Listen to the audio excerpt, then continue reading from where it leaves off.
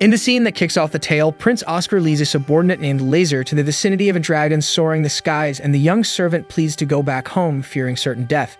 However, Oscar reminds him that a retreat now would thwart all efforts to escape the castle.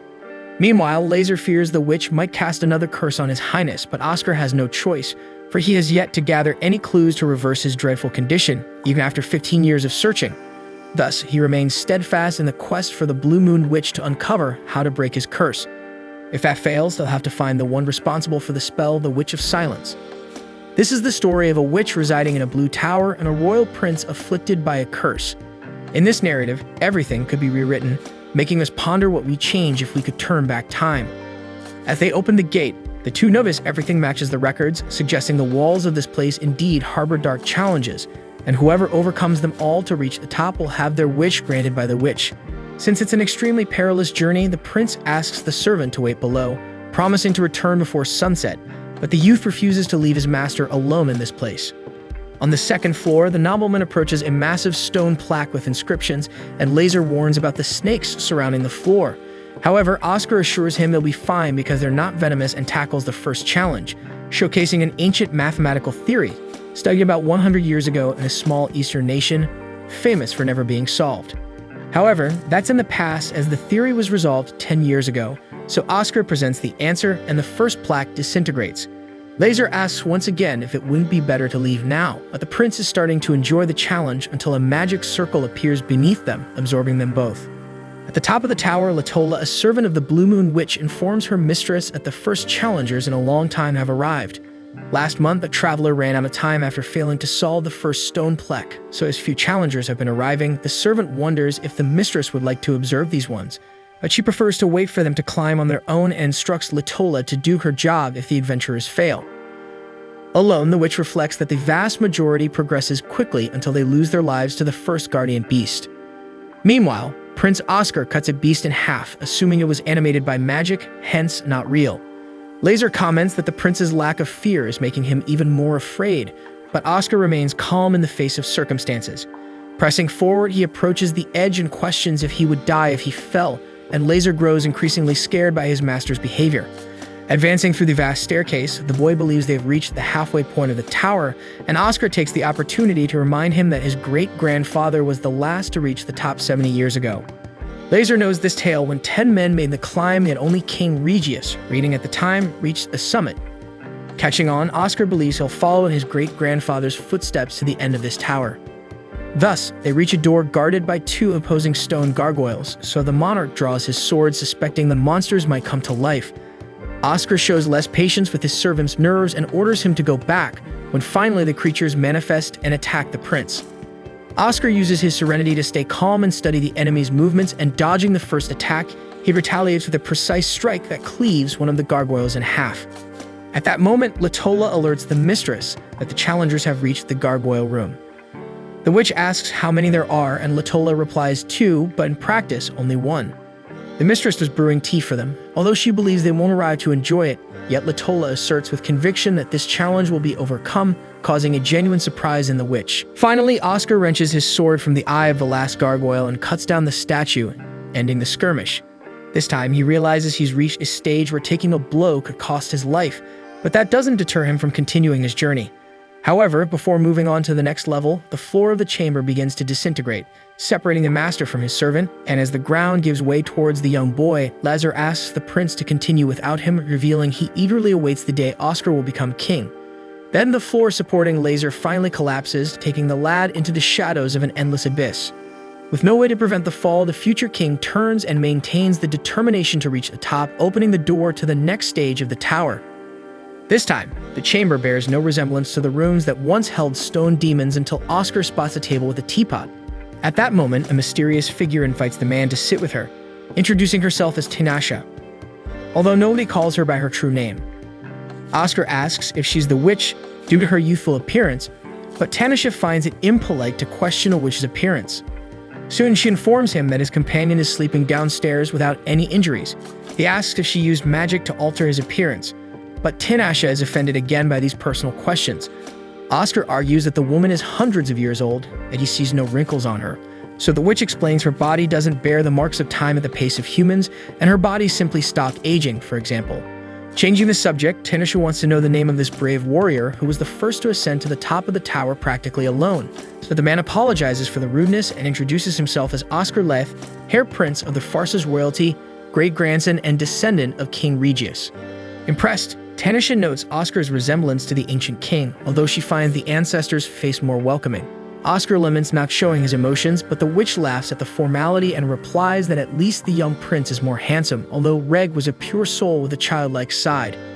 Finally, Oscar shows a feeling of surprise upon seeing the witch mention his great-grandfather by nickname, while Tanisha introduces her servant Latola, who recounts that the prince's companion is sound asleep outside the tower due to the spell she cast. Concerning this, Oscar believed that the witch buried men who couldn't climb a common grave, but once again, Tanisha is offended by the insinuation that she lives surrounded by a cemetery.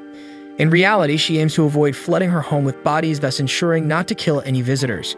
Rightly so, the prince argues that the claws of those gargoyles are enough to tear any man apart, so she reveals that she sends challengers to the ground floor at the exact moment of the fatal blow, and those who fail have their memories manipulated and are thrown into random corners of the continent.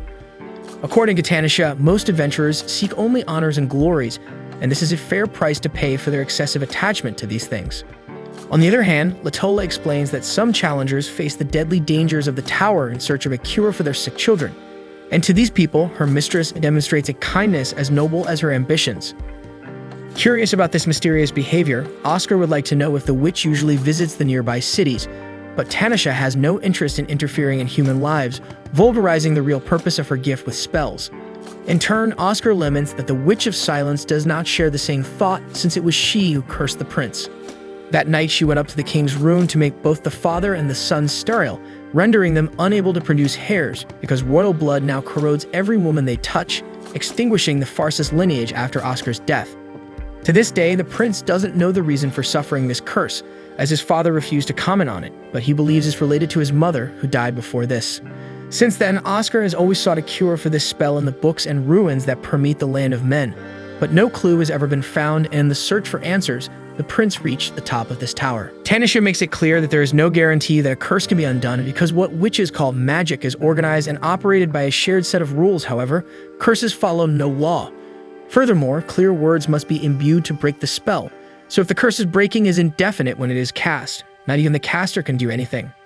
To make matters worse, Tanisha comments that curses are not usually so powerful, and they always indirectly hit the target, so Oscar must actually be suffering from a variant of the blessing. To prove her point, the witch touches the man's face and displays the mark of the blessing imposed on him. Interestingly, a blessing can be used for evil purposes. For example, that witch imposed such a powerful protection on all fetuses generated by the Farsas that no human woman is capable of bearing. Tanisha assures that there are magics to alleviate this blessing, but the Witch of Silence is so powerful that she sealed this spell with 20 layers of protection, hiding the cure in a veritable minefield.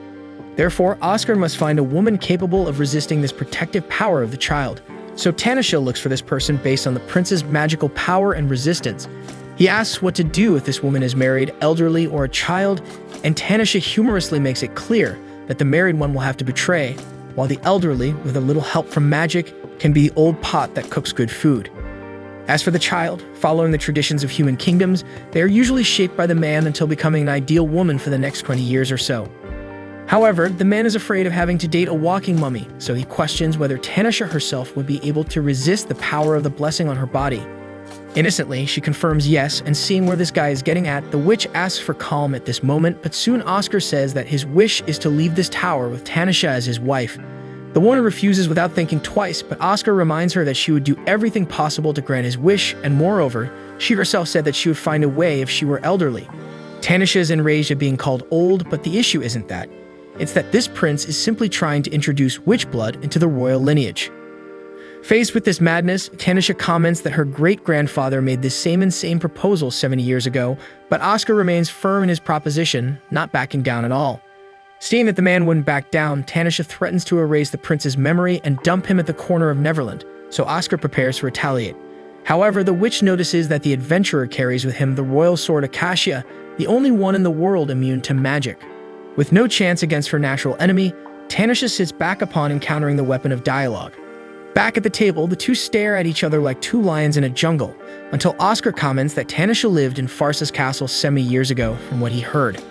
The witch replies that she stayed there for a year and a half teaching magic and cultivating flowers. Faced with this, Oscar asks for just 1 year with the witch in his kingdom as his final wish as the winner. Finally, the Witch of the Blue Moon accepts to leave her tower as the protector of the Farsa's prince, while Lazar wakes up outside muttering his wish to leave this place. At that moment, Oscar appears and introduces his companion as the witch's pupil, responsible for helping to remove the curse. Lazar whispers in the prince's ear why the witch of this tower didn't eat him alive, so Oscar asks back if this boy isn't afraid of death. Then the group sets off and the entrance to the tower is sealed, while Tanisha makes it clear that Oscar can ask whenever he wants for something to be completely burnt. Oscar says it won't be necessary because all that matters is her being by his side. By the way, he allows the witch to stay longer in Farsis if she wishes, but Tanisha replies that this won't be necessary either. As they settle into Oscar's house at Farsis Castle, Tanisha grants the prince a blessing that nullifies all external attacks, whether physical or magical. As long as she remains alive, no other human can break this spell. Oscar considers it almost like cheating, and the witch responds that making a pact with a witch itself is cheating. However, the man is still vulnerable to poisons and psychological attacks. Oscar jokes that this spell isn't too bad for an apprentice mage, and Tanisha mentions that's what they'll think she's within this palace, while in fact, she works to break Oscar's curse. He remarks that she could work to marry him, but the girl replies that they've already talked about that. Later, near the training courtyard, she comments to Lazar how complicated it is for Oscar not to have a successor, and she questions if there's no one else from the royal lineage, even if from a secondary family. In response, Lazar tells her that 15 years ago, there were a series of cases where babies disappeared throughout the kingdom, when all of Prince Oscar's cousins vanished. As a result, there was no royal member younger than him left. Meanwhile, while lighting a candle chandelier, the mage Cav asks Sylvia if she had the same luck, but the girl is struggling to do the same until she breaks the chandelier holder and Tanisha has to help. Sylvia is impressed by the spell without recitation from that woman, while Cav comments that the prince brought that person from the witch's tower. After helping Lazar with loading the books, Tanisha stops to observe sword training in the courtyard and asks who the two dueling are. Lazar tells her they are General Owls and Officer Meridina, and that this young general is recognized as the most skilled of all, even though Prince Oscar is stronger than him. Tanisha didn't expect anything else from a man who conquered her tower, and to the servant's surprise, she soon descends to personally practice sword against the general. During the fight, Alls lets out some nervous laughs for not believing that a simple amateur could be so efficient. Then he comments that if she stopped being a mage, she would be very useful on the front line. After the duel, Alls comments to Officer Meridina that it's clear the prince didn't bring this woman just because he likes her. Meridina heard that she is the witch's apprentice and considers that to be a problem, so the general jokes that jealousy doesn't suit the girl, who gets back at the boy for the tasteless joke. Speaking of witch's apprentice, coincidentally, Latola appears in the courtyard of Farsa's castle in search of the mistress, and she is happy that Tanisha has found a good person for the pact and is having so much fun, but there is something she would like the witch to know. Shortly after, Tanisha enters the prince's office in battle attire and warns that she will be absent for 2 or 3 days. Oscar comments that he made a pact and can't be separated from the girl, so he asks her to at least inform where she's going. When she explains that she's traveling to the magical lake in Druza, Lazar enters despair because it was there where the demonic beast was sealed by the witch 70 years ago. Tanisha remembers that well and also knows that in that area, large surges and waves of high magical power haunt the place.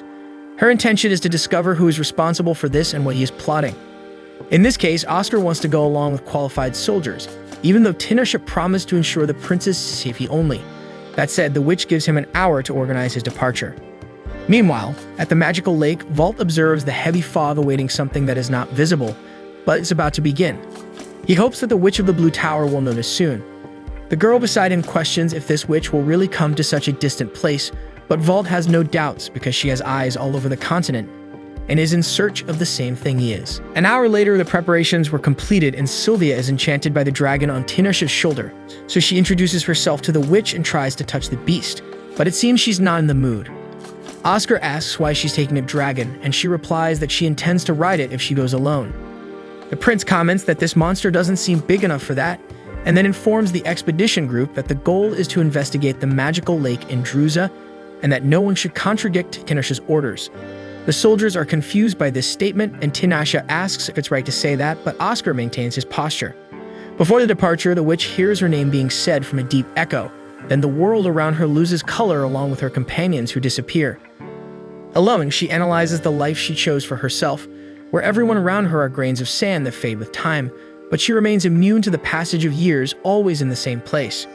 After that, things return to normal and Oscar seems to notice something strange about his fiancée, but prefers to let it go. Soon they all teleport to Unirite Fortress, northwest of Pharsis on the border with Druza. General Owls points to the cloud of magical power on the horizon. Then the group sets off on their mission to the magical lake.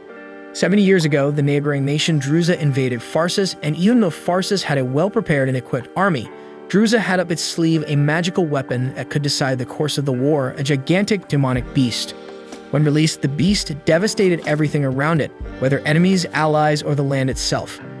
In the end, the beast was sealed by the Witch of the Blue Moon. However, the miasma that the monster exhaled poisoned the land, killing everything around it, until it turned the territory into an arid desert. Walking in those surroundings, Oscar feels as if he's in a nightmare, heading towards a demon amidst a dark cloud.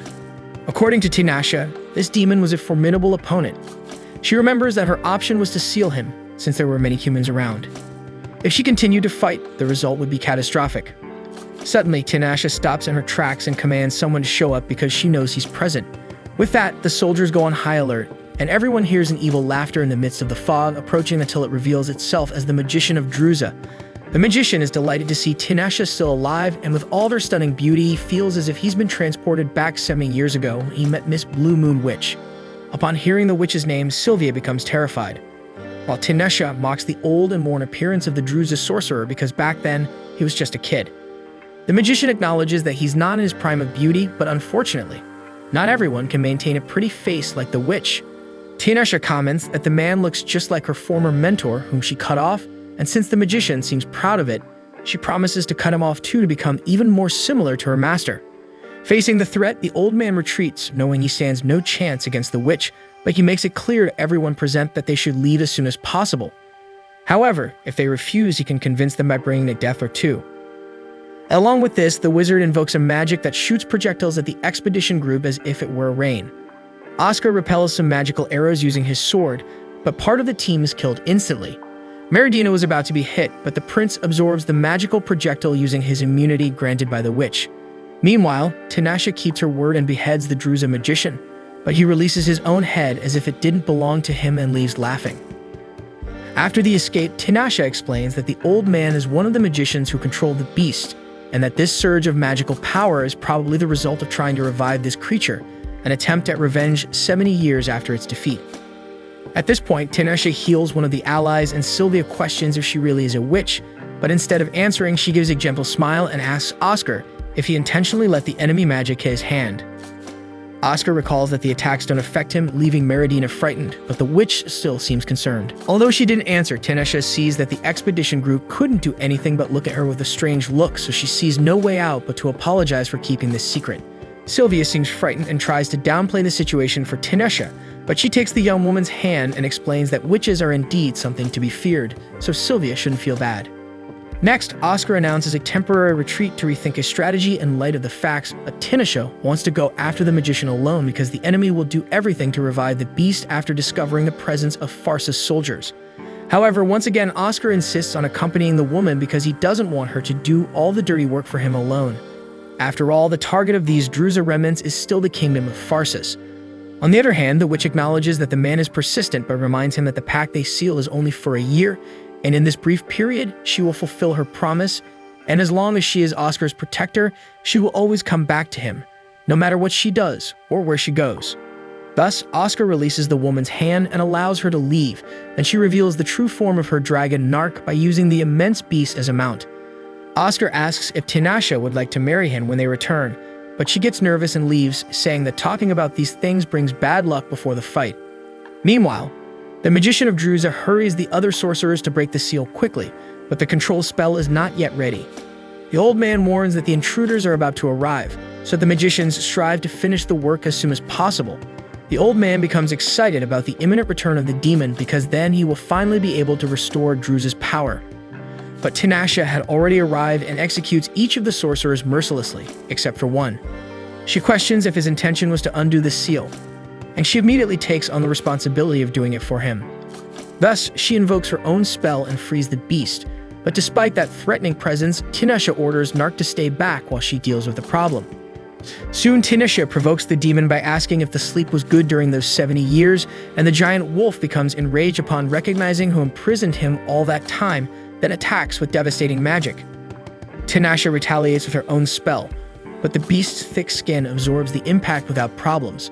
Then the witch and the beast engage in an epic battle, and Tinashe uses her agility to swiftly navigate the beast's most vulnerable points and emit magical focuses that are subsequently used as explosives. Although she inflicted wounds on the wolf with the explosion, it regenerates instantly, but Tinashe uses these magical focuses to recite a spell that refers to the 7 shackles on the beast's body, which must sleep in the cave of ignorance it rejected.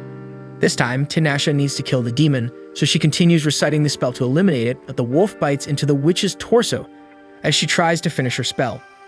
Awaiting the outcome of the battle at Fort Unarid, Oscar sees Nark arriving from the battle across the horizon until the dragon delivers the witch with her belly cut open.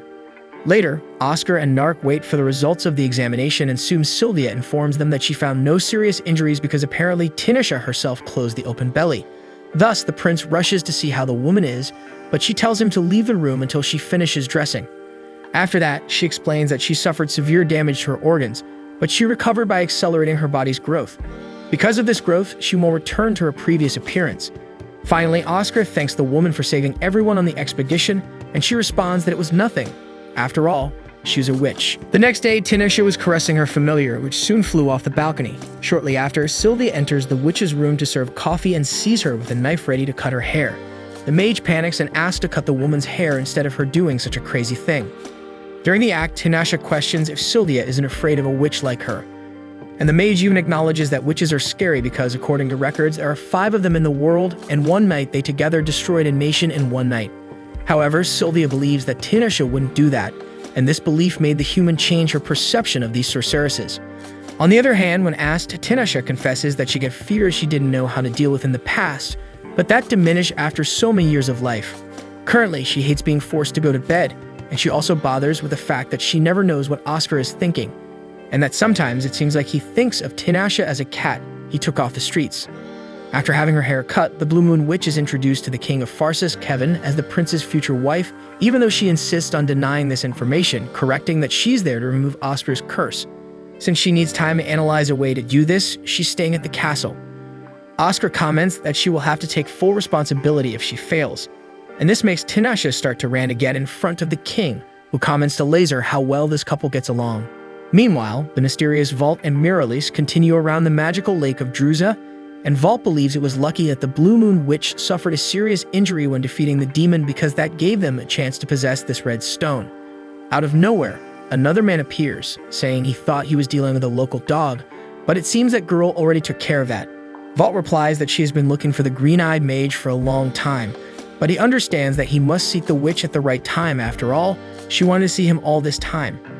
Vault emphasizes that in all stories, this man treats the witch very badly, but when the green-eyed mage questions where he got that from, Vault doesn't go into details and says he's just a mere spectator. However, the mage mentions that the guy seems to have his own plans, so Vault explains that the only purpose of his clan is to help bring about events that are about to happen, nothing more than that.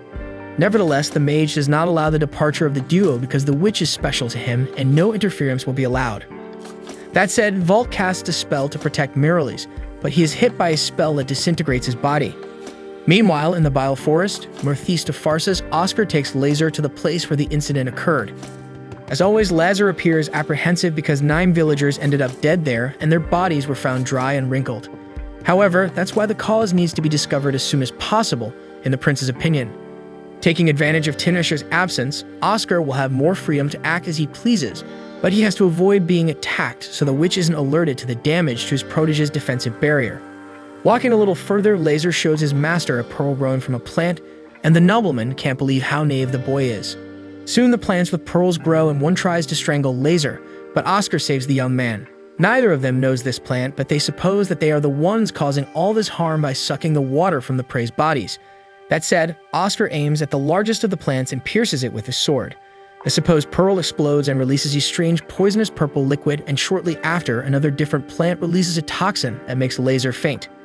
Before he could reach the boy, Oscar is approached by a woman who wants to know what they are doing in this forest. Hours later, Lazar wakes up in a nice house in the middle of the afternoon, and his master calms the servant, informing him that the woman gave him an antidote. Lazar doesn't understand who he's talking about until the girl herself appears, introducing herself as Lucrezia, although she is better known as the Witch of the Forbidden Forest. After giving the boy another dose of the antidote, she laughs when she sees him coughing as he ingests the substance, and then she asks Oscar if Tinashe is still the same. After all, only Tinashe would be able to cast a defensive barrier like the one she detected on the prince. So Oscar tells her that she's acting as his protector, and Lazar adds that his master was able to defeat the witch's tower alone. Impressed, Lucrezia asks if the warrior wished to be the king of the whole world as a prize, but Lazar interrupts and says that in fact the prince asked to marry the Blue Moon Witch. In the midst of her laughter, Lucrezia adds that Tinashe is a spiritual sorceress, and that wizards of this type are the only ones who should remain pure, since mixing souls during that act drastically increases the power needed to perform spiritual magic.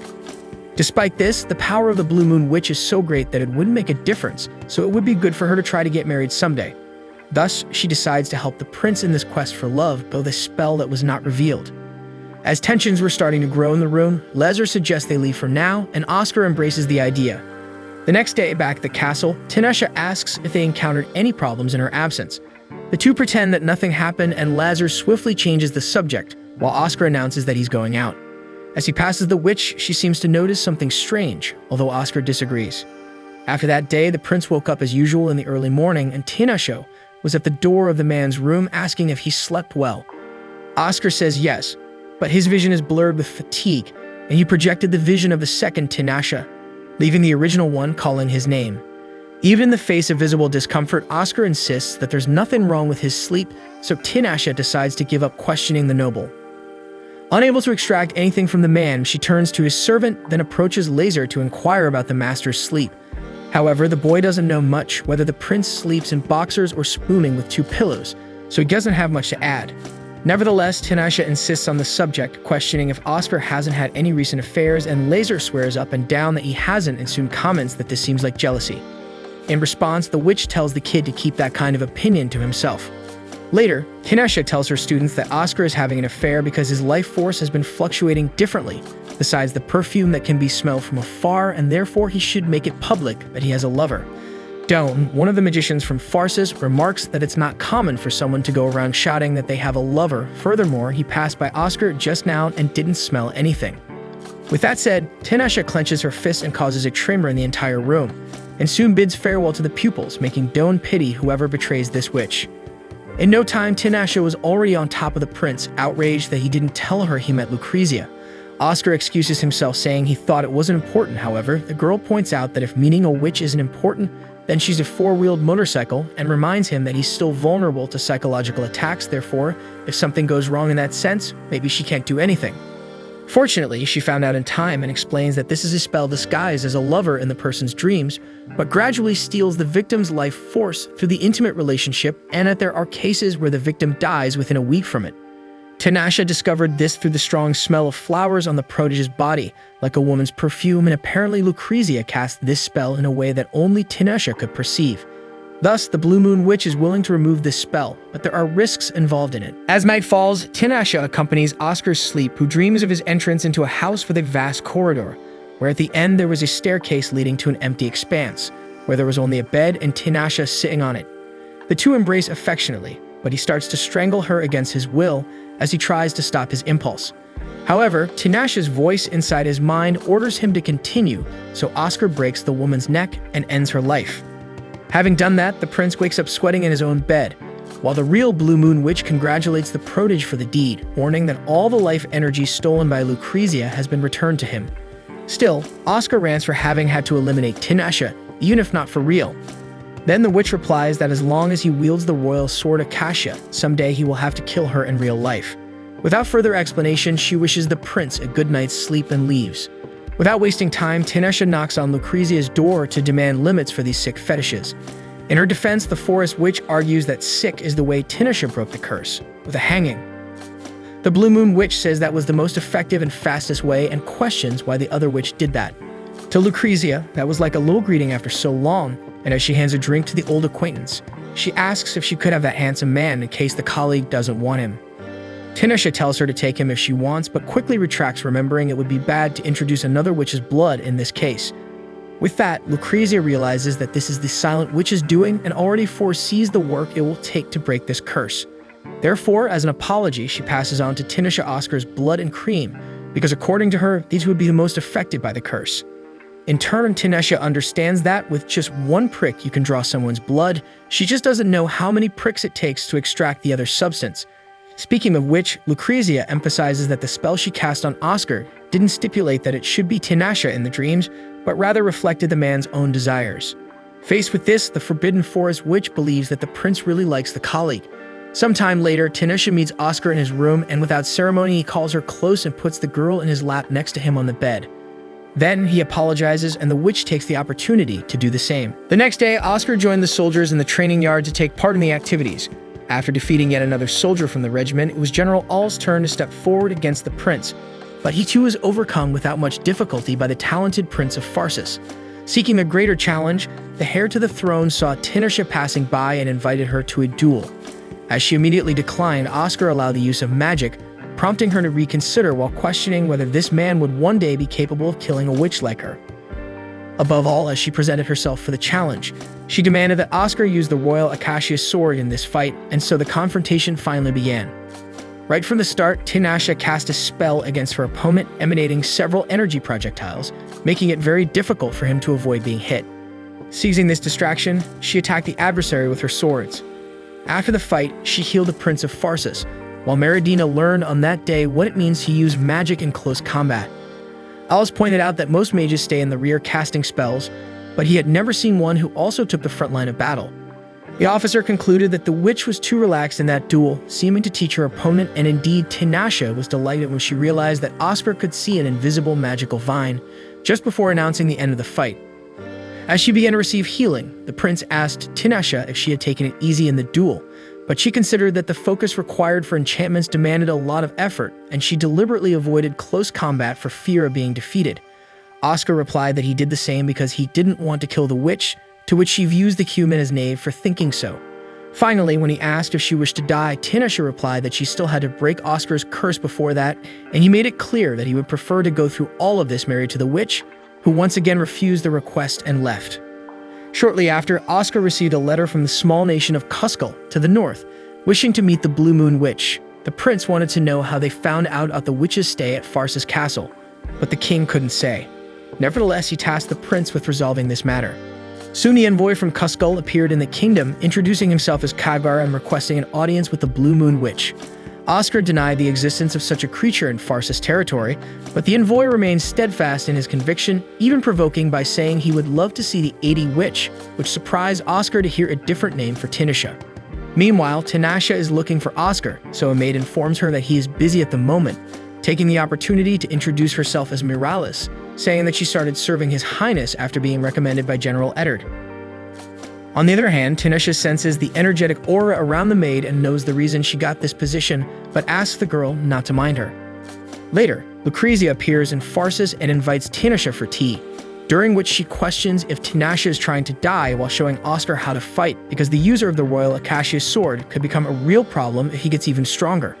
Nevertheless, the Blue Moon Witch herself doesn't know why she felt the urge to duel the prince. Maybe she just wanted someone to kill her. As she grew tired of waiting for that other person who would be capable of it, suddenly Lazar appears with his master to summon the witch for the audience, and when Oscar insists on calling her Eddie, her surprised expression confirms to him that indeed that was her real name. As soon as she meets with the envoy from Cuscal, Tanisha demands not to be called Eddie and instructs him to get straight to the point. Kagar reveals that the Cuscal Foundation has restored the rights of persecuted mages in Tayuri, so he wants Tanisha to lend her expertise to develop their abilities. However, without showing resentment, Tanisha clarifies that her mission there is to protect the heir of Pharsis, nothing more and nothing less, and orders the man who has never had the honor of ascending her tower to disappear before making such a request of such magnitude. After being expelled, Kagar was sure the witch would accept the request when he called her Eddie, but now he's thinking of a way to separate her from the prince, until he sees Meridina resting in the yard. After the audience, Tanisha meets Lucrezia in one of the castle corridors and asks if she happens to know the nation of Cuscal, a group of mages who proclaimed independence last year. Lucrezia is unaware of this new country, but had indeed noticed strange waves of magic emanating from the north, subtle and sporadic fluctuations as if coming from a lake. In the meantime, Marries approaches and suddenly attacks the Blue Moon Witch, but when Tinashe was about to retaliate with a stab in the officer's gut, Alls manages to prevent the death of his companion by intervening in time. Faced with the situation, Oscar puts his sword to the general's neck, who cannot explain himself, while Marries accuses the witch of deceiving men's hearts and therefore should leave this country. This is an accusation that Tinashe has heard many times, although she has never actually done so, and so she becomes saddened and cries, but Lucrezia is certain that the woman is acting this way because she is under mental control. Oscar asks her to reverse the spell, so the Forbidden Forest witch warns that it won't come cheap, while Tinashe tries to remember the last time she cried. Already lying in her bed, Tinashe hears Lucrezia say that she has already treated the bewitched officer, but the girl doesn't seem to care about that at the moment. The next day, Tinashe invites Oscar to her tower and informs him that she sent a familiar to investigate Cusco. So from now on, she wants the prince to train with her. Without further ado, the first training session between the two takes place right there. At that moment, and after the fight, Tinashe praises the man's performance, who wants to know the reason for all of this. Tinashe explains that she would like Oscar to choose the path he desires among the greatest number of options possible, and so she hopes he will come back for another training session tomorrow.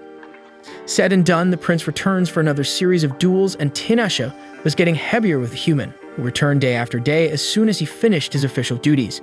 At the end of each training session, the witch healed the man, and they would have tea together.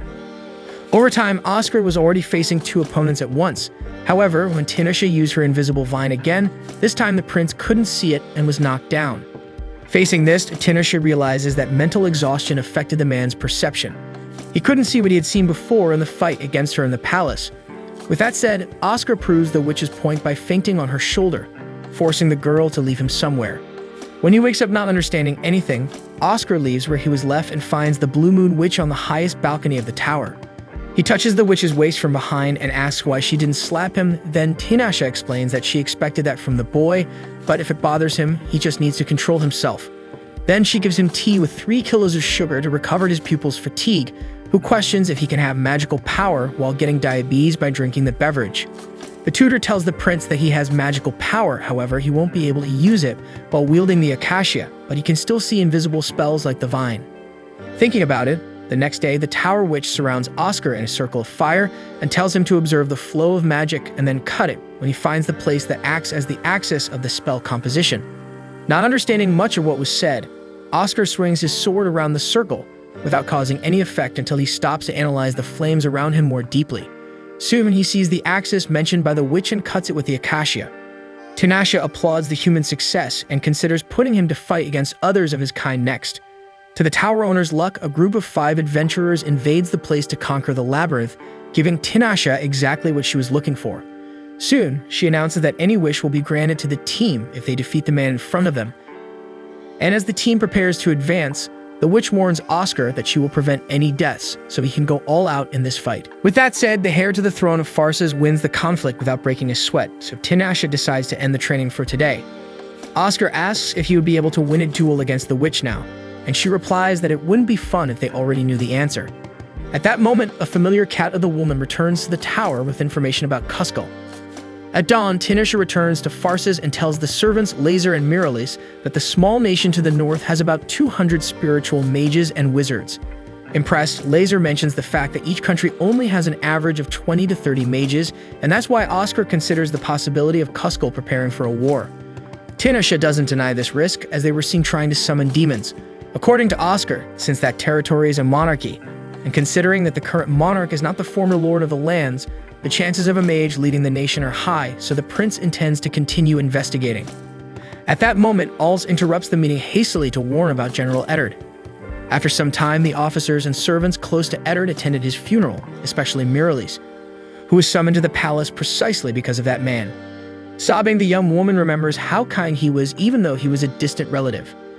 As for the prince, he remembers that he is indebted to the deceased, as is Alls because Eddard was responsible for training the young general to the point where he could reach the level he achieved, just as he taught Oscar to be a strong man after he was cursed.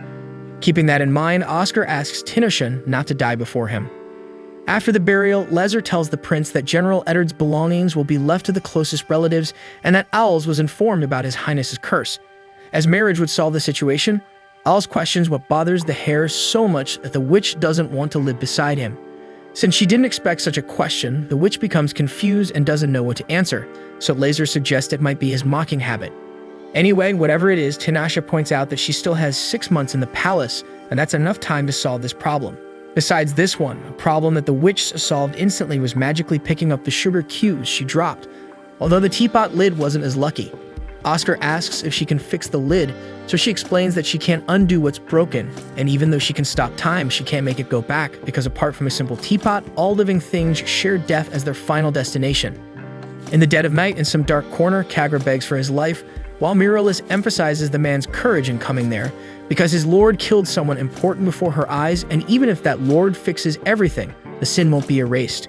So as he screams for the name of Lord Lanak, a diabolic beast advances against Kagar and kills Kuskal's emissary mercilessly. At some point in the past, a man carried Tinashe in his arms while she slept, calling her by the name Eddie as she awakened. According to him, something good is about to happen, and he wanted her to see it too. Eddie feels happy, but still sleepy, she drifts off again until the crucial moment. This time, she wakes up next to Oscar, saying she got a nightmare. To him, this happened because she fell asleep sitting up, so she should watch out for that. Tinashe agrees while lamenting having the same dream again.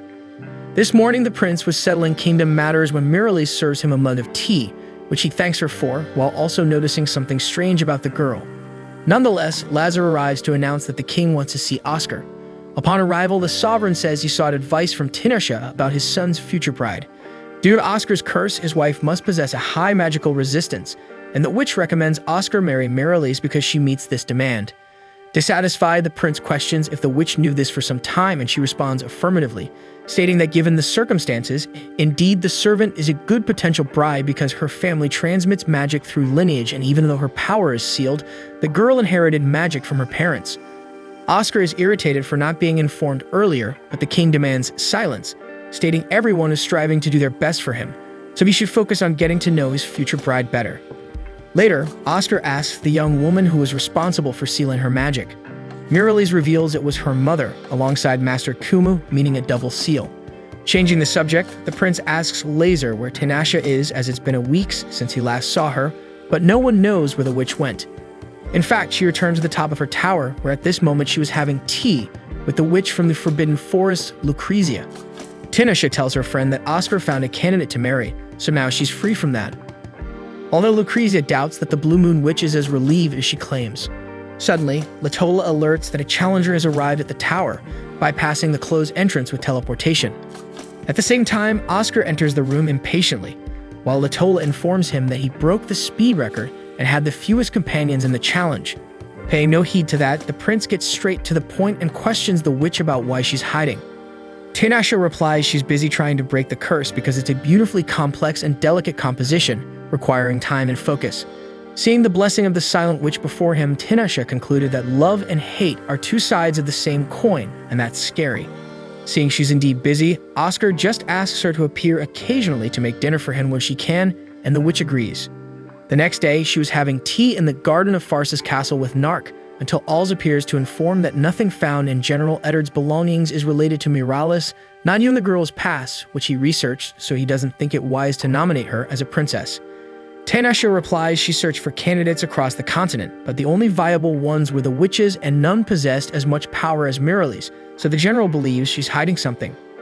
Faced with this, Tinashe doesn't know how to act because she hasn't found out if she's after the royal family of Farsis or if her intention is to distance the Blue Moon Witch from the kingdom. Speaking of which, the servant passes through the courtyard at this moment, so the two take the opportunity to uncover the truth about her. Thus, they pretend to be having an affair behind a tree, and as soon as Miralis sees the situation and leaves, the guard knows she won't tell the prince anything if she's after him. But if she's after Tinashe, she will. The problem is that it wasn't just the servant who saw this happening. Upon ascending the castle, Miralis sees Oscar storming through the corridor in anger. In a short time, the prince calls Tinashe and asks what she did today. The witch replies she did the usual analyses and tries to touch the prince's face to know why he's upset, but Oscar stops her and puts on her a sealing item with properties similar to Acacia's. After that, he justifies he waited patiently, but even his patience has limits because he didn't bring the witch there to hand her over to another man. That said, Oscar picks Tanisha up, reminding her of the dream that repeats so often in her mind, and this terrifies the witch. So she slaps the man's hand and shatters all the glass in his room, and the Herod of Farces manages to calm the woman before anything worse happens. He admits his intention was just to give her a little scare, and it was in poor taste.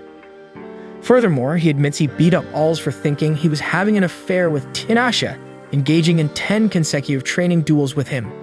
Tanisha explains everything and asks the prince to apologize to the general, but anyway, Oscar doesn't want anyone withholding information about Marries. Tanisha argues they had no evidence to report, besides she didn't want to ruin any chance of Oscar falling in love with her. That said, Oscar gives the witch a double knock on the head to teach her to share information even without concrete evidence. Later, the heir to the throne of Farces gathers all the nobility to announce that he's not keeping Tanisha in the realm because he has no other choice, but because he likes her.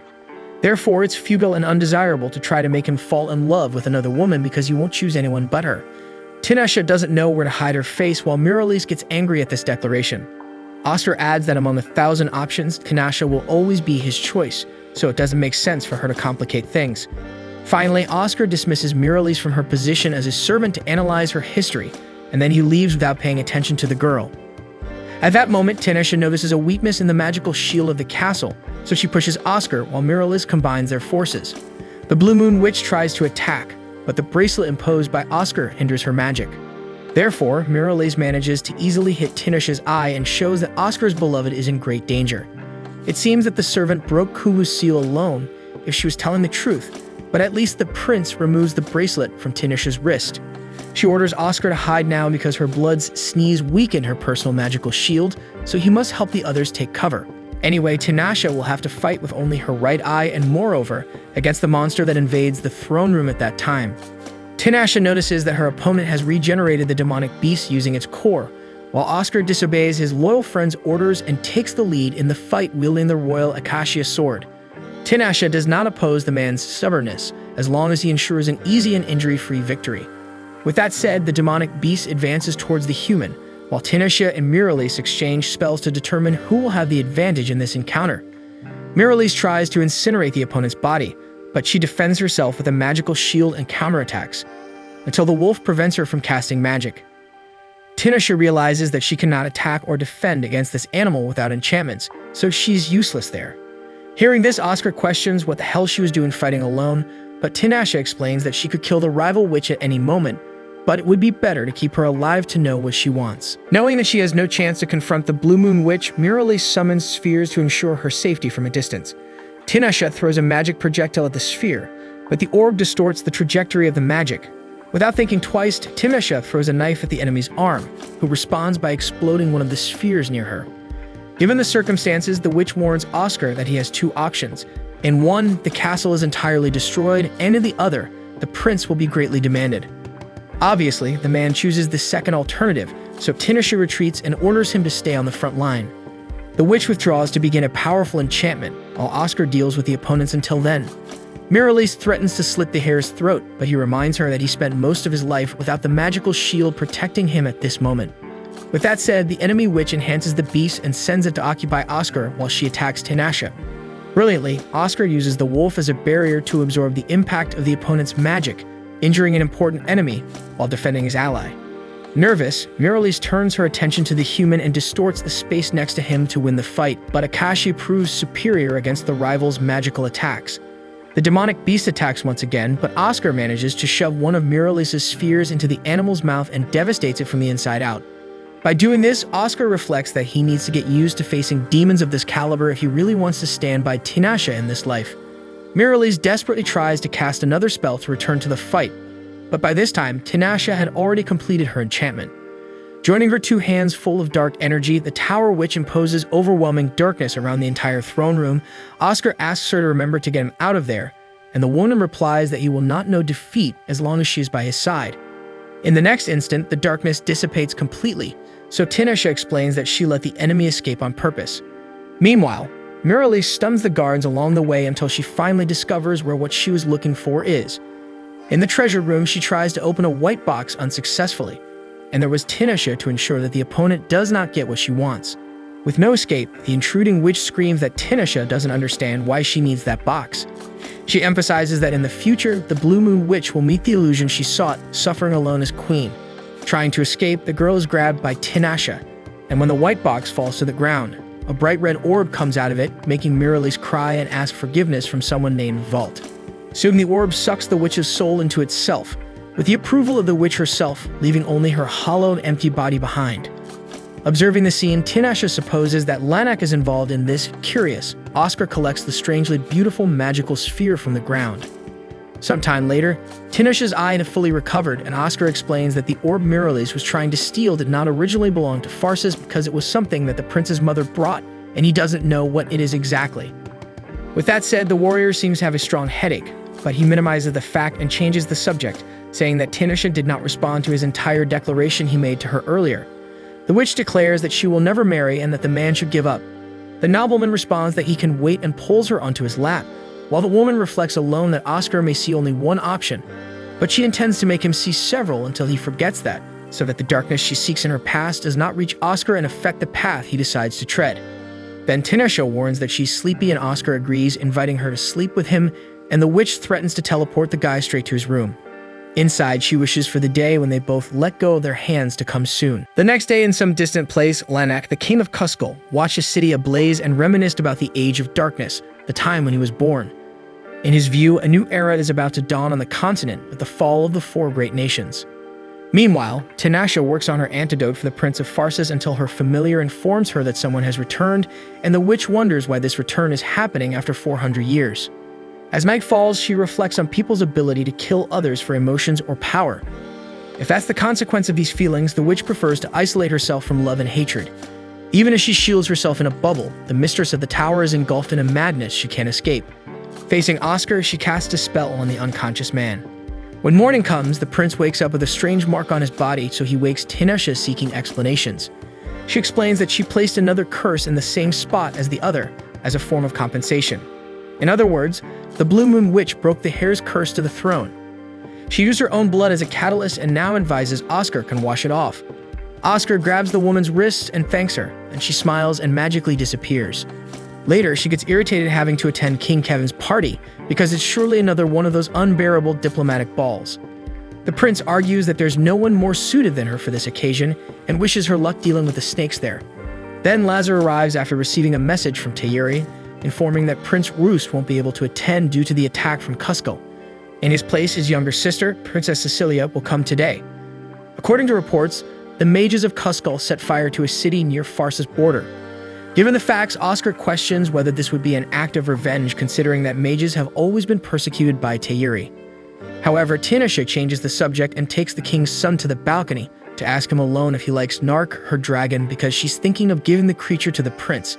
He likes the idea, so the witch transfers ownership of the winged beast to him. Excited about this, Tinashe floats into the man's arms, who kisses her, and to her surprise, the witch doesn't pull away because according to her, it's good to shake things up. Sometime later, King Kevin's party begins and Tinashe continues to complain about having to attend this event, while Oscar promises to keep her identity a secret. She understands but promises to blow the nobleman into pieces if she's introduced as his fiancée. When introducing himself to his father, Oscar congratulates His Majesty Kevin, the 20th King of Farsis, on his 53rd birthday today. Soon Cecilia, the Princess of Thayeri, appears at the party catching Oscar's attention, who laments the attack suffered by her nation. Cecilia emphasizes that they were just annoying mosquitoes and nothing more. Anyway, the Prince of Farsis would like to know more about Kuzco and the invaders, and the princess would love to tell a story, but perhaps in a more private place. Meanwhile, Kevin thanks Tinashe for her presence, especially for breaking the curse on his son. The witch feels happy to fulfill her pact and announces that Oscar is now free to marry whoever he wants. Speaking of which, the prince appears in the corridor being dragged by the Princess of Thayeri, who gives a cynical glance to Tinashe. The king laughs at the situation, saying he can't control his son and his age, but confesses that he would prefer him to marry Tinashe. Taking a breath of fresh air, the witch is relieved that she can't even dance with the dress she's wearing. Suddenly, she looks ahead and sees Lanak. At the same time, Cecilia shows off to Oscar by saying that her dress took 6 months to be sewn, but the man is fed up with this talk. At this moment, Tinashe enters the room and asks the princess to leave because she needs to discuss an urgent matter with Oscar. Cecilia is offended and questions who she thinks she is to speak to her like that. The prince explains that she is a trusted mage, while the princess orders her to leave as she is just a mere servant. In response, Tinashe tells the princess to shut up and even calls her an imbecile. Having said that, Cecilia cowers and turns around. Without the presence of the shrew, Tinashe puts a drop of her blood behind the prince's ear and reveals that she should have died 400 years ago, so he couldn't fall in love with the dead, but rather freed himself from it and contemplate the future of this nation that depends on its future king. As she spoke these words, the witch was backing away. When Oscar tries to reach her, the witch stops the man and remembers when she broke Lucrezia's spell. Then Lanak appears from a portal, praising the beauty of Eddie. Tinashe hugs the king tightly, happy to see him alive.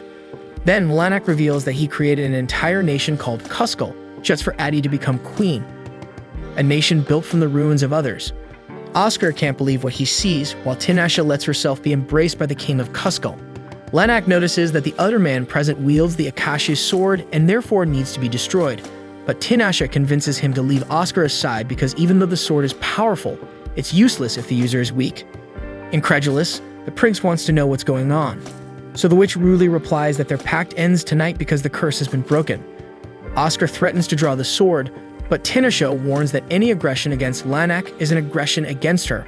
When the woman clashes her sword against Oscar's, he remembers the training with her in the tower and concludes that he is capable of killing the Blue Moon Witch, but still hesitates, giving Lanak the opportunity to take his beloved away through the portal he came from.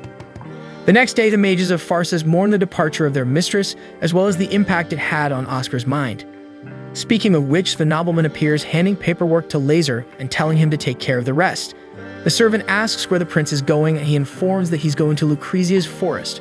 Lazar tries to prevent his master's journey, but he doesn't back down from his conviction. However, Lucrezia appears in the castle to spare the young heir the trip. Soon the witch of the Forbidden Forest reveals that she also received an invitation to Kuskal, like Tinashe. Just like all the witches, she declined, but Tinashe's acceptance could cause problems across the entire continent. Aside from that, Oscar wants to know the nature of the relationship between Lanak and Tinashe, and Lucrezia explains that she has been searching for him ever since she became a witch. In a way, the witch of the forest is happy to see her friend find the one she's been searching for so long. However, Oscar thinks that man wasn't in his right mind, as if he were in a dreamlike haze. Whether it makes sense or not, Lucrezia thinks that Oscar is feeling the pain of betrayal, but regardless, he declares that he will not give up on his future wife, so he will kill that guy and bring her back. If she wants to date another man, then he'll throw in the towel and let the woman flee. Lucrezia understands the noble motivation of the love-struck man, and therefore she's willing to reveal what Tinashe personally said to her, but only to the ears of those who are prepared to fight her to the death. Faced with the declaration, the mages don't know how to react until the prince orders the witch to move on. Before anything else, Lucrezia reveals that the true name of the Blue Moon Witch is Tinashe as Meyer Eterna Tolder. Surprised, one mage comments that Tolder is the magical empire that was destroyed overnight 400 years ago, and Lucrezia adds that Tinashe was a candidate for the queen of the empire. In Tolder, the ruler was not decided by lineage but by pure power. Oscar questions what would become of the nation if some eccentric took the throne, and Lucrezia replies that this was the reason Tinashe was separated from her parents at birth. Their candidates are chosen for king and queen, and end up engaged to each other. The boy, Lanak, was the king's only son. However, his power didn't even come close to Tinashe's. Everyone thought the two would marry, and Lanak treated Tinashe very kindly, as if she were a sister 5 years younger. However, unbeknownst to them, the royal court was divided into two factions: the reformists, who supported diplomacy with foreign nations, and the traditionalists, who preached isolationism above all else. As this division grew, the king fell ill, so with the imminent death of the supreme leader, the reformists began to support Tinashe, while the traditionalists sided with Lanak. Since the woman had the right to the throne, the followers of the man devised a plan to turn the tables. This happened when Tinashe was 13 years old, and one night she opened her eyes and saw Lanak taking her to the cathedral, where some men dressed in black tunics gathered around an altar. Then Lanak affectionately places the girl on this altar and stabs her in the stomach several times with a sword. The servants around recite a spell while Lanak continues to stab the child. After that, a dark aura emerges from Tinashe's body, and Lanak promises to surpass her with this power. However, that massive energy goes out of control and consumes the servants of the sanctuary, then Lanak disappears from there, leaving Tinashe behind. The dark energy explodes and multiplies in size with the girl at its center, and soon all of that gigantic sphere is absorbed into her body. When the magical whirlwind ended, somehow the girl's torn stomach had been healed, even though she felt unbearable pain for 3 days without stopping. After this event, Tuldar had been condemned to ruins, and the magic that overflowed from that sanctuary absorbed the souls of those who died in the tragedy, spreading across the continent and turning into 5 magical lakes. Thus, this whole process was what turned Tinashe into a witch. After all this, she built a tower in the corner of what was Tuldar's territory to live in, and since then, she has been searching for Lanak. Upon hearing the whole story, Oscar asks what she felt about him. In response, Lucrezia recalls that the witch temporarily sealed his defensive barrier in Lanak's presence, which certainly saved his life. Furthermore, she gave the dragon to the prince herself, meaning 2 gestures that are worth more than 1,000 words. Be that as it may, this doesn't change Oscar's plans as he maintains his intention to kill Lanak and bring Tinashe back. Next, the king receives a letter from Cuscal, demanding the surrender of the other 4 great nations, Tayuri, Caesar, Gandona, and Pharsis. An advisor recounts that a few days ago, Tayuri marched with 10,000 men to Cuscal, but the army was decimated while only 50 enemy mages were defeated. With Tayuri weakened, 5 cities of the nation were taken along with the lives of 5,000 people. Mysteriously, the buildings of these cities remained intact, while all the people simply disappeared, and apparently, this is the work of the Blue Moon Witch. Thus, King Kevin announces that the nations demand the Bearer of Acacia to execute the witch. However, even though he is the only one capable of doing so, Oscar Pharsis refuses to comply with such a request, believing that Tinashe and Cuscal are not working together. That said, the king rises angrily and questions if his son has been enchanted by the witch, as he speaks this way when the fate of the nation falls on his shoulders. Still, Oscar stands by his decision, so Kevin strangely regains his composure and releases his son to do as he pleases as long as he assumes the throne as king. Understanding his father's motivations, Oscar accepts the challenge. Far away, Tinashe reflects that as long as she remains a witch, the Bearer of Acacia will be responsible for her death. Elsewhere, facing a red moon, Rost, Prince of Tayuri, agonizes over the prospect of a devastating defeat against the mages of Cuscal. Right now, the best course of action would be to gather all troops and assume personal command of the army. At that moment, the Blue Moon Witch appears unexpectedly, accompanied by 2 more mages. The prince draws his sword and hurls insults at her, prompting one of the companions, Tris, a mage from Cuscal, to question his behavior. However, Tinashe is pressed for time and asks Pamir to take Tris away. Then she informs Rus that everything will conclude in 2 weeks, thus he should postpone the march to Cuscal until then. Roost expresses offense at taking orders from a mere mage, and she uses the way she was addressed to explain the reason for Tayuri's downfall. The prince retorts that the power of mages disturbs the world of the one true deity, Iridirdia. With that said, Tinashe asks if the man has ever plunged a sword into the skull of a child or burned alive a mother clutching her crying child, because Tayuri is the place that tolerated such acts. According to her, as the successor to the throne, Roos should know, since he studies the nations of the world, that 300 years have passed since the Age of Darkness and no nation as fiercely self-centered as his has survived. Then, before leaving, the witch remarks that the prince seems to be corroding his own entrails. Rist attempts to summon the witch to continue the conversation, but gives up upon seeing the expression on her face. Meanwhile, at the castle of Cuscal, the nation of mages, Lanak learns that the 4 great nations are pooling their forces, but in his opinion, this changes little. Next, he demonstrates through his magic how the map of the continent will appear when covered to its 4 corners by the spell, which is possible with Adi by Cuscal's side.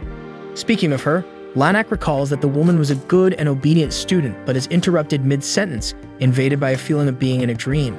Tinashe assures him that the man is not dreaming and he knows that, but his body sweats as if unaware. Following this event, Tinashe converses with one of the mages of Cuscal, Renart, and remarks that all the witches on the continent are women because men's bodies, magically speaking, are unstable and cannot withstand for long. In other words, Lanak is experiencing the psychological effects of this. However, it is still possible to conjure a spell of continental levels. As planned, after all, Tinashe has that capability, though such a significant magic will certainly change things drastically. Meanwhile, a man eavesdrops on the conversation between the two. Back in Tayuri, the Pharsis delegation does not understand why they have been in that country for 6 days, with no negotiations progressing, and they consider this to be due to the overwhelming defeat they suffered on the plains of Asdra, forcing Tayuri to pick up the pieces, even though now the 4 great nations have gathered their armies. At this moment, Lazar arrives and informs Oscar that something has happened in Pharsis. The prince emphasizes that several cities in the 4 nations are being attacked while they are stuck there. Finally, he wants to know if Tinashe has anything to do with it, although no one can say. Next, it is Cecilia's turn to enter the room, and Oscar is no longer pleased with the local princess's daily visits. This time, Cecilia tries to assert her presence, claiming to have seen the witch whom the prince loves to be with, the Blue Moon Witch.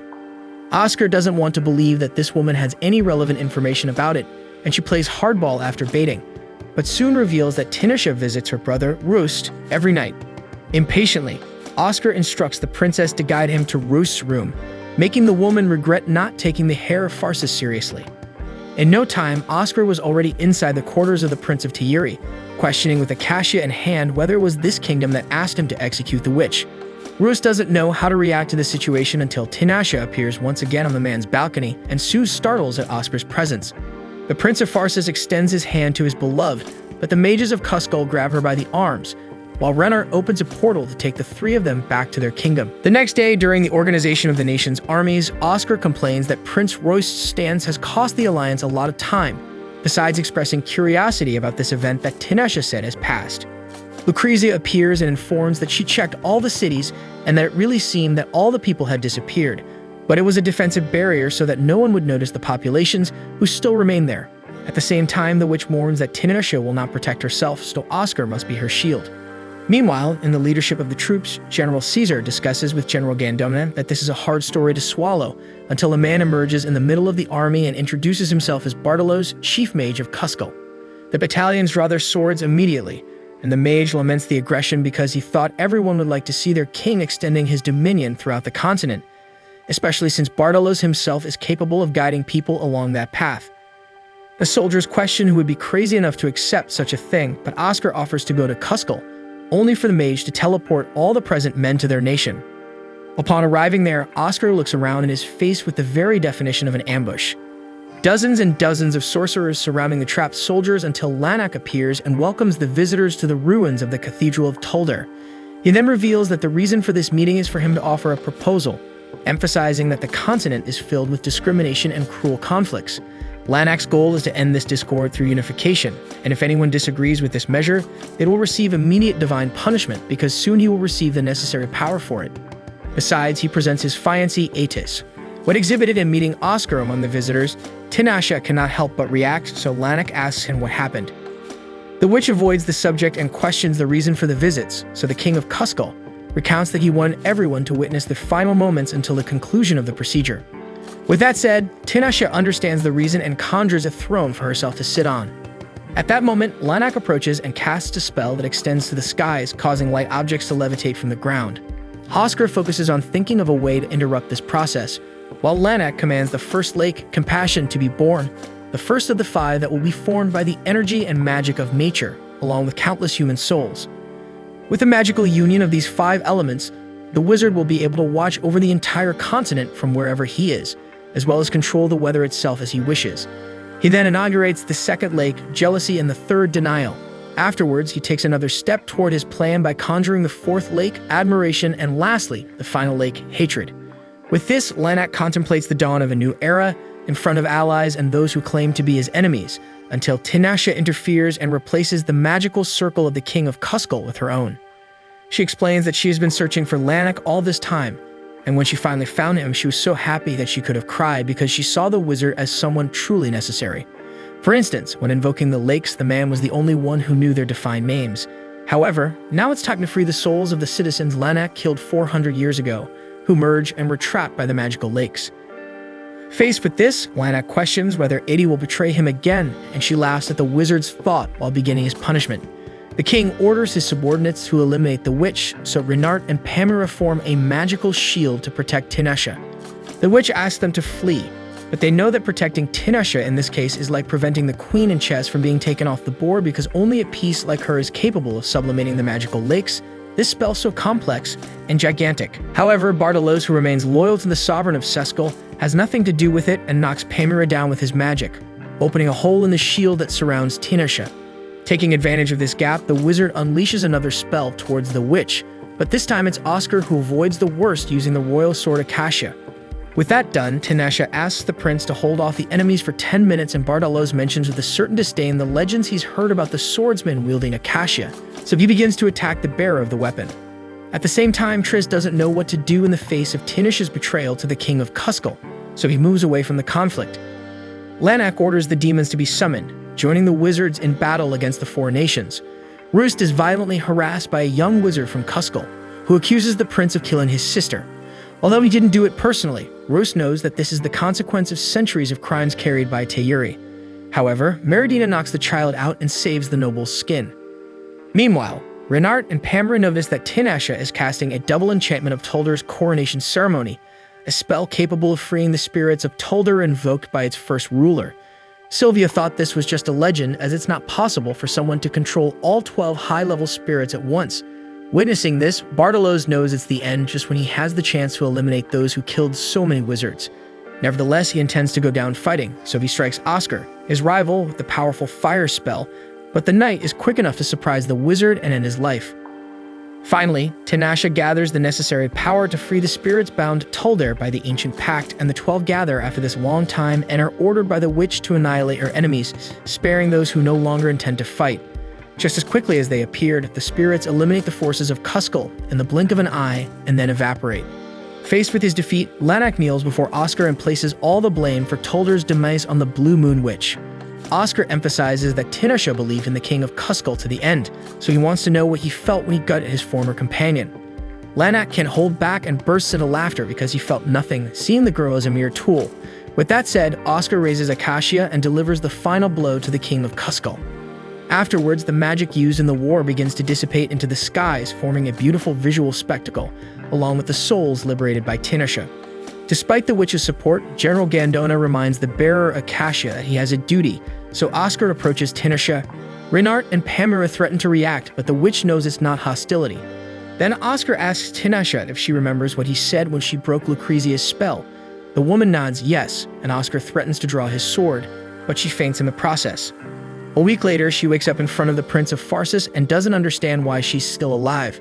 First, Oscar tells her that Prince Roos decided not to use force against Kuskal, leaving the region as an autonomous state for wizards. Then, as if it were nothing, he reveals that Tinashe is now officially engaged to him. Obviously, she wants to know what this story is about, so he explains that it was the only way to bring her alive to Pharsis. After all, some wizards from Kuskal wanted to kill the witch and steal her powers. Either way, he asked the woman to fulfill her duty well in the remaining 6 months. Faced with this, Tinashe rebels at first but eventually yields to the circumstances. Meanwhile, in Tolder's treasure chamber, the wizards are enchanted by so many incredible and valuable items, and Tinashe wants to decide what they'll take to Pharsis. Taking a look around the chamber, the witch finds an article she thinks she's seen before but can't remember when, so she decides to take it to the tower. At the same time, in Mindra Fortress in the eastern part of Pharsis, bordering Yarda, General Edgard informs Prince Oscar that there are no signs so far of unusual actions in the neighboring nations. As for the children in the courtyard, he explains that a nearby village was attacked by knights from a nomadic people called Aitos a year ago, and they brought the survivors here. The one caring for the children is the widow of the village chief, Els. Her husband died protecting her, and since then, she has never smiled. Speaking of her, Els tells the children the story of her village, which was in the pastures long ago where a very beautiful girl lived. Several young suitors courted this girl, but she refused them all.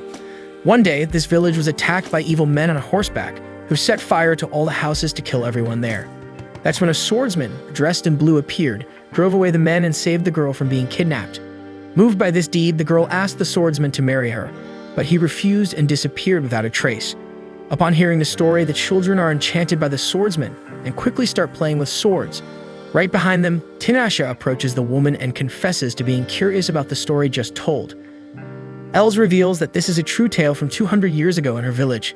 The swordsman in blue was actually the son of the girl he saved, meaning the legend goes that he came from the future, being the woman's daughter with a nomad who kidnapped her at that time. According to legend, the swordsman traveled back in time to alter his mother's cruel fate, even if it meant he wouldn't be born because of it. Finally, Els asks Tinashe what she would do in this case, and she responds that she wouldn't change the past.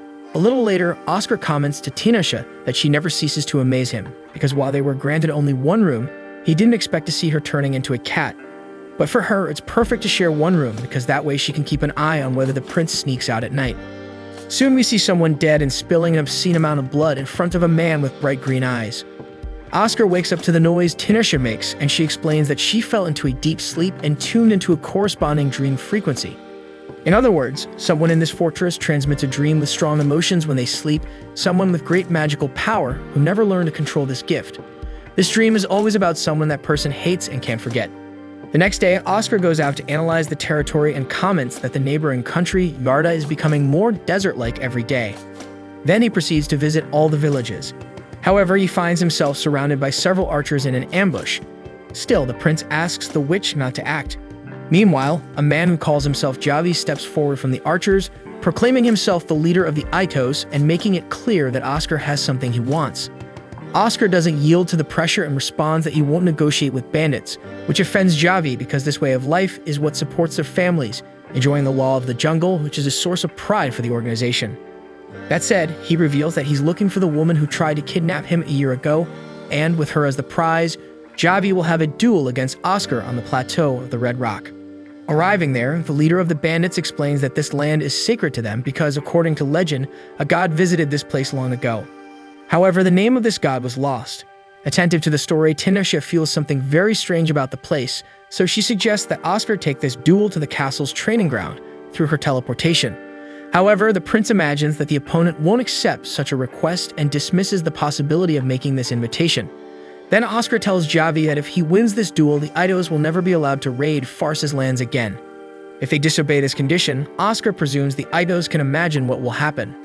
At this moment, Else arrives at the scene and identifies the man who killed her husband, Javi. Without remorse, Javi makes it clear that he came to fetch the woman for himself, and soon the duel begins. Despite his talent with the sword, the leader of the Itos was unable to hold off the prince of Fars's onslaught for long, and after a few seconds of combat, he cuts off the enemy's arm. Thus, Oscar demands the fulfillment of the promise, while Javi calls Elsa's name, who remembers the man in her dreams. Strangely, the woman goes to the loser as if consoling him. Oscar asks Tinashe to put the victim's arm back, but she refuses, so he insists she at least stop the bleeding, which she does with some reluctance. Suddenly, a tornado engulfs Javi and Els, so the witch hurries to teleport everyone else to avoid leaving them in danger. Left only with Oscar, Tinashe thinks of a way to stop this tornado until a rift opens in the ground and a mysterious being flies out of it into the sky. Oscar throws his royal acacia sword and destroys the creature, causing new cracks in the ground. Tinashe falls into one of these holes, and Oscar wastes no time diving into the same place to go after his beloved. The prince manages to catch the woman in time and holds onto her until they both fall into the water below. However, despite saving the woman's life, her cat form makes the water not inviting at all, and getting completely soaked causes great stress to the animal. Oscar reminds her that she can return to being human at any time, so she realizes and returns to her original form. Walking around that place, neither of them has any idea where they've landed, and Tinashe observes that she has suffered some kind of external magical interference, some kind of earth power that attacked her body's magic, as if reviewing the witch's insides. A little further ahead, Tinashe discovers that this is the sacred land of the Itos, and the drawings are stories of this society engraved on the walls. Among these drawings, there was the representation of the mysterious god who appeared to them just now. According to the scriptures on the wall, this northern deity found and killed the evil beings among humans. Everyone thanked this deity, but the fear they felt for it led the Itos to build this place for the god to rest. According to the witch, evil beings is a pejorative term for wizards, used at the beginning of the Dark Ages. At that time, wizards were not treated as humans.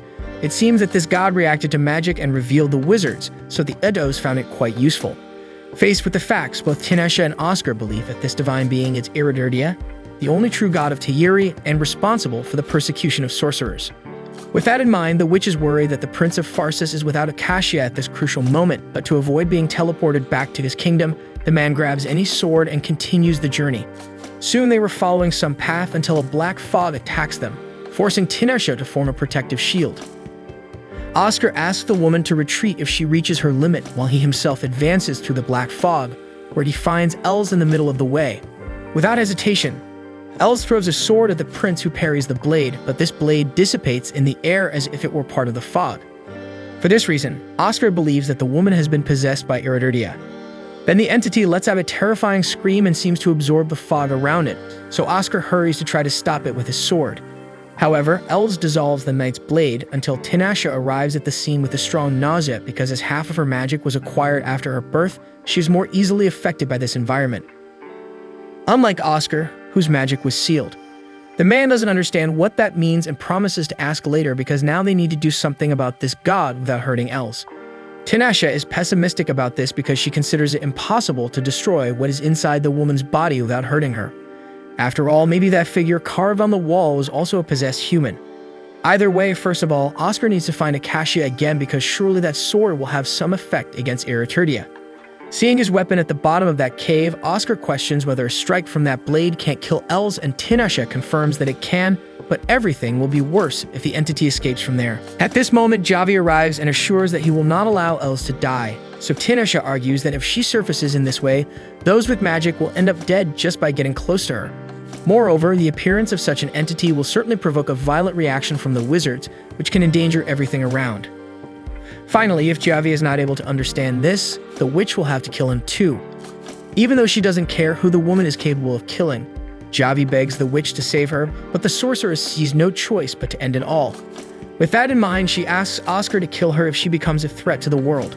The man assures that he would do that, but only if this condition is irreversible. Happy with those words, Tinashe affirms that it's because Oscar is like that she keeps fighting. Having said that, she kisses the knight's forehead and swallows a small silver sphere. Oscar runs after Acacia, which makes Els react violently. At the same time, the witch reveals to Ereturdia that it was she who awakened the entity, which was previously inside an ancient seal, until it reacted to a magic from the witch and woke up possessing this woman's body. As a mage of this continent, the Blue Moon Witch announces that she will be the opponent of this being that has brought chaos to the world.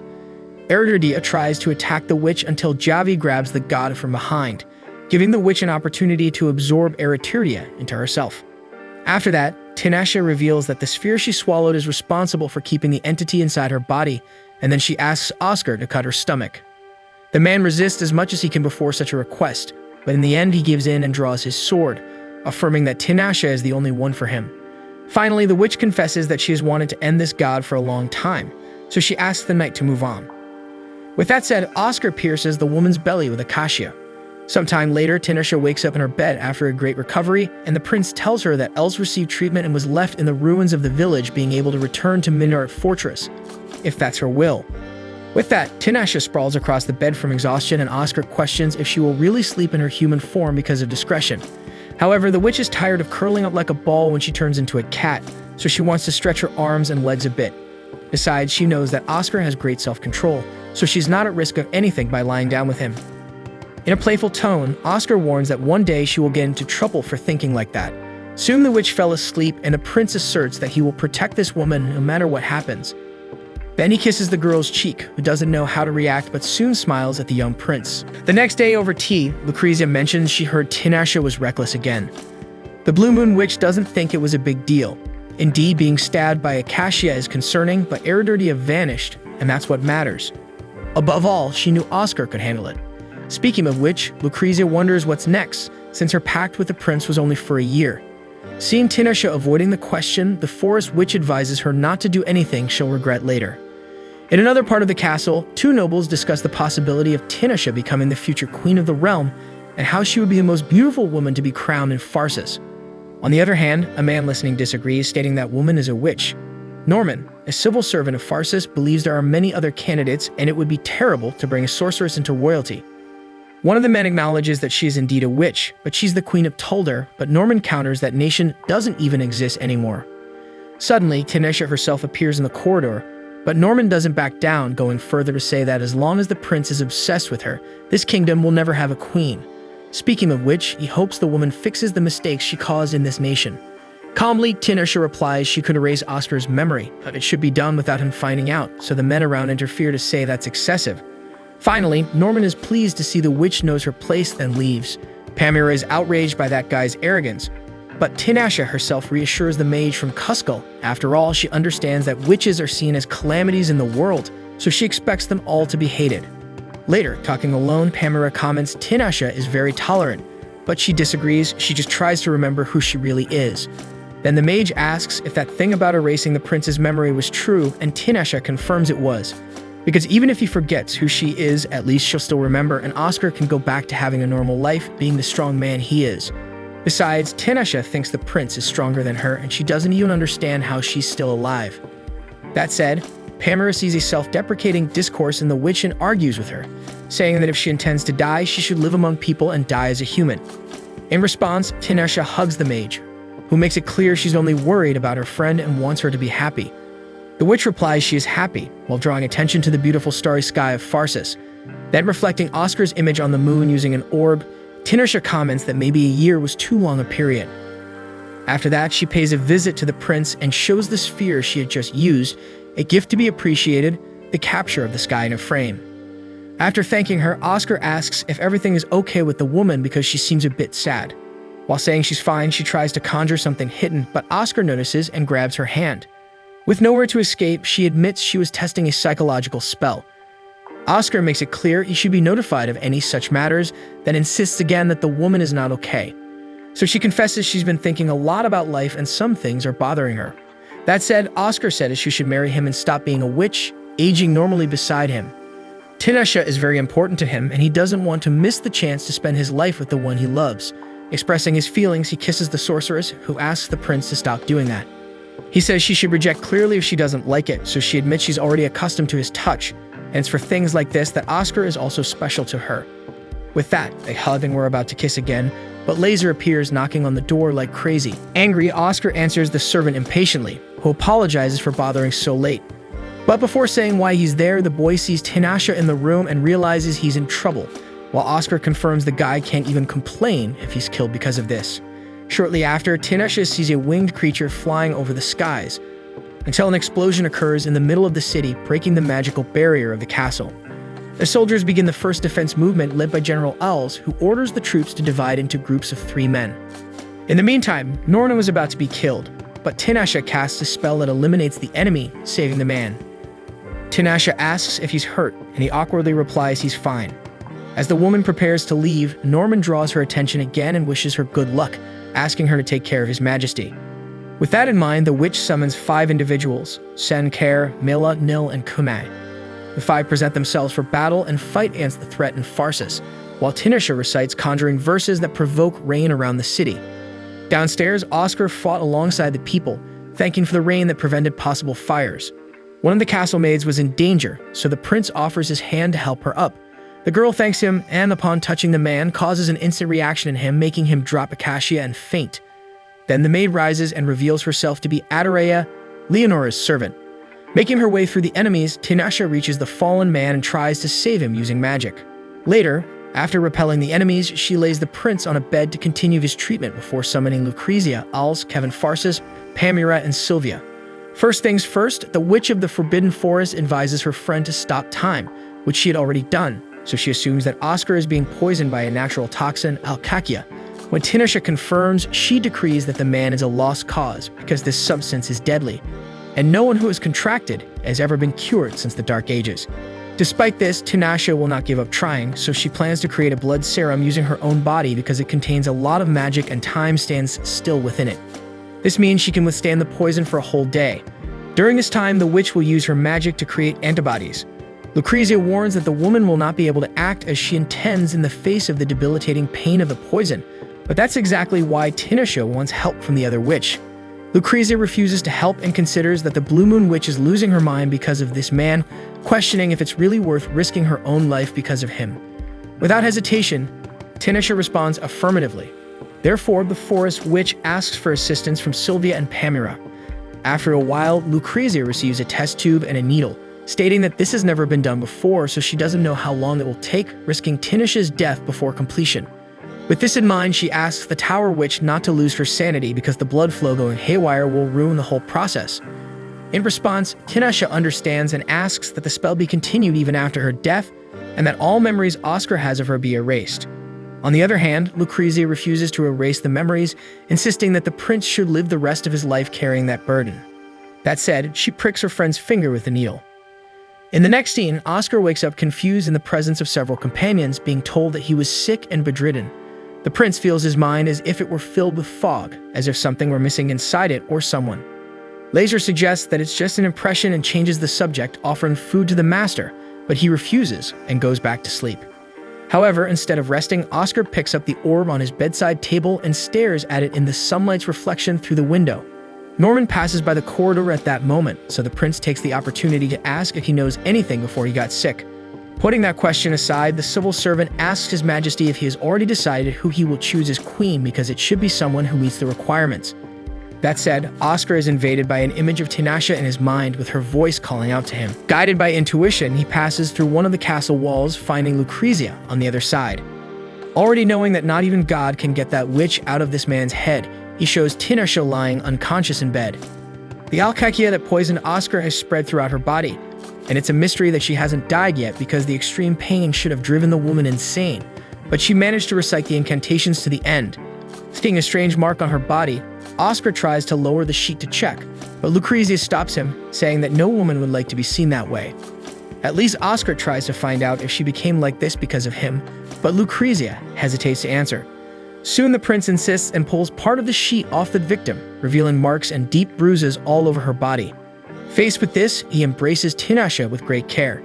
Sometime later, the Blue Moon Witch wakes up in the same bed, accompanied by Lucrezia, who promises to heal her friend's wounds. After doing so, Tinashe visits Oscar in his office and claims to be fine.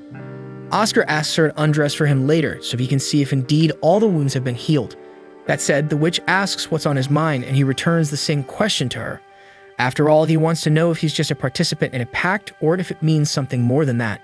Then Tinashe responds that despite the pact, he is important to her. Oscar laughs and says the woman should think a little more about things. Later, the witch meets with some friends from the kingdom and vents about the way the prince insists on this marriage issue. Respectfully, Renard also asks Tinashe to reconsider this request because surely she would never do it for anyone else just because of a mere pact. Thus, there is no doubt that the prince is special to her, maybe including an attraction between them. Hearing this, the witch breaks cold and asks who there thinks she loves Oscar by chance. When everyone raises their hand, Tinashe loses it completely, as if it were utterly absurd for anyone to think that way, so she casts a spell that breaks the table in half. Faced with the facts, Lucrezia suggests that her friend try to be a little more honest about her own feelings. In fact, she is sure that the Blue Moon Witch has loved that man for a long time and finds it ridiculous for her not to realize it or pretend she doesn't know. Attacked from all sides, Tinashe puts her hand on her conscience and questions if she actually loves Oscar. Upon reaching a conclusion, she affirms that the only alternative left is to kill him if that's the case.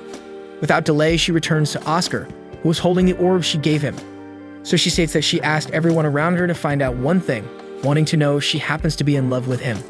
Not quite understanding, Oscar finds humor in the witch's lack of social tact and then confirms that the feeling is real. So he asks the woman to come closer as she embraces her beloved. Oscar asks why she's crying, but she herself doesn't know. Anyway, she feels happy to have met Oscar, and this time she kisses the prince with conviction, unlike all the other times. Hey folks, if you're digging this anime and want to see more, drop a like down below and don't forget to subscribe to the channel. We need your support to hit 90,000 subscribers. Every subscription counts and helps us grow our community. Catch you in the next one.